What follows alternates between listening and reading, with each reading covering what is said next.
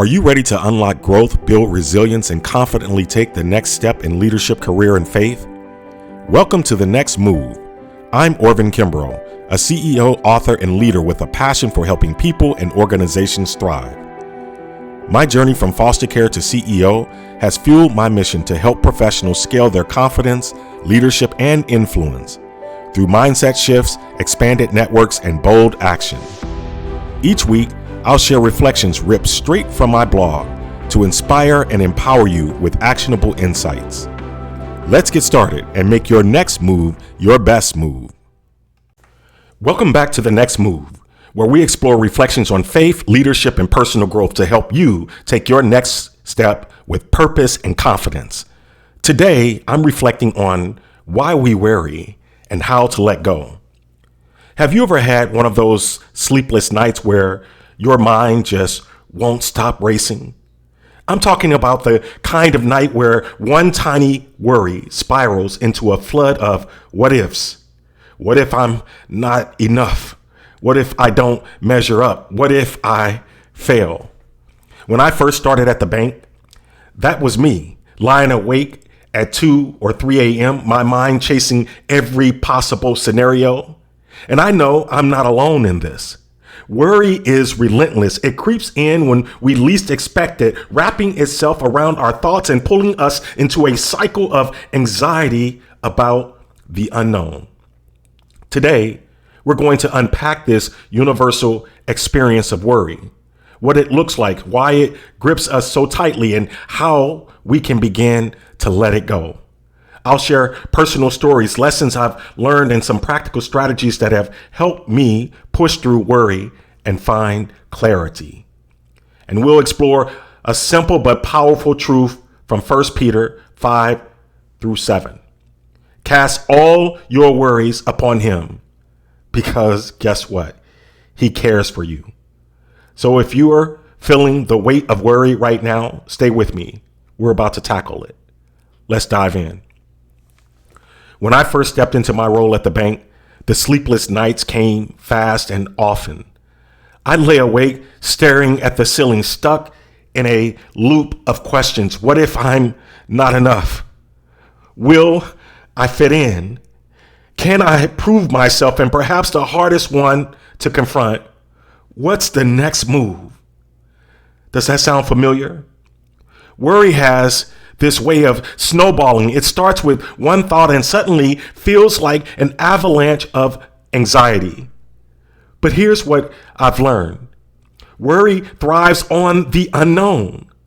It's rooted in our discomfort with not being in control. And let's be honest, control is an illusion. There's so much we can't predict or plan for. That's where faith comes in for me.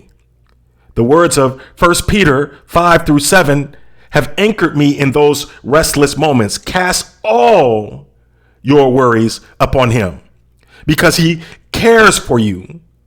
It reminds me that it's not my job to have all of the answers. It's my job to trust the one who does. So why do we worry? Let's break it down. Most of us worry about the same things. We worry about money. Are we making enough? Are we spending it wisely? We worry about family. Are our kids safe? Are they happy? Are we making the right choices as parents or partners? We worry about relationships. Are the challenges we face normal growing pains or signs of something deeper? We worry about work. Do they see my value, or am I just a cog in the machine?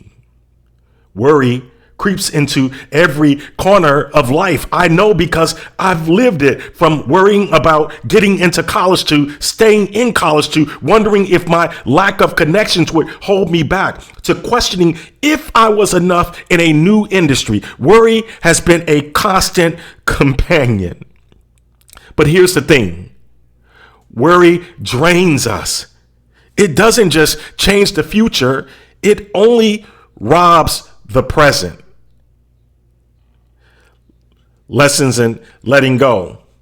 Let me share 2 pivotal moments that taught me about worry and letting go. First, when I was interviewed for the CEO role at United Way in the St. Louis market, I walked into the first interview full of worry and I bombed it. Worry slowed me down and I left feeling like I had blown my chance. But to my surprise, I was invited back for a second interview. A mentor gave me this advice: relax. Now is not the time to be humble. Go in with a plan, be succinct, and leave it all there. I took his advice to heart, and it worked. Fast forward to my interview for the bank CEO role, I faced an unsettling moment when someone asked me, "Is your objective to hire all Black people for the executive team?" That question knocked the wind out of me.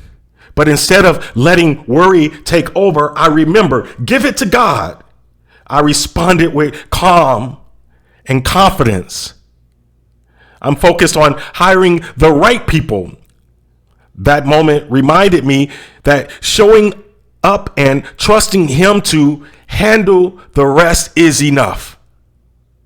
Let's talk about some practical steps for letting go of worry. Here are 6 things that have helped me. Number 1, focus on what you can control. Write down what's in your control and what isn't. Take action on what you can. Release what you can't. Number 2, practice gratitude. Shift your focus to the good in your life. Gratitude reframes your perspective. Number 3, lean on faith.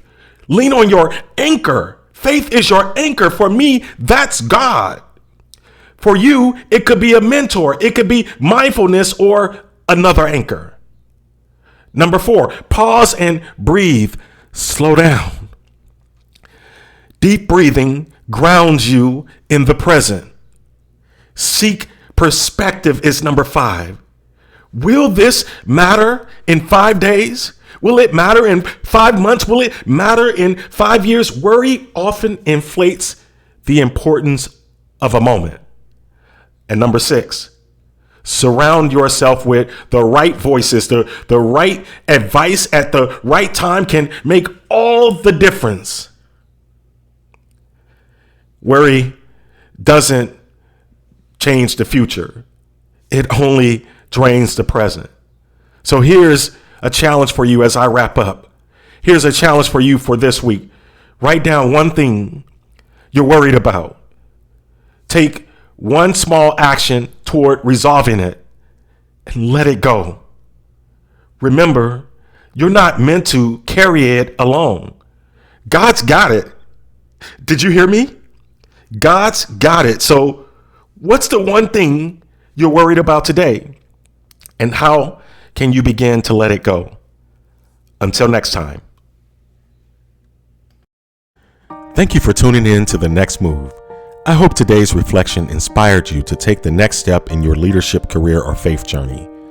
If this episode resonated with you, share it with someone who might need a little encouragement this week. Don't forget to subscribe so you never miss an episode. And if you'd like more reflections or resources, visit orvinkimbrough.com or theaccidentalbanker.com. Until next time, remember, every step you take brings you closer to thriving. Let's keep moving forward together.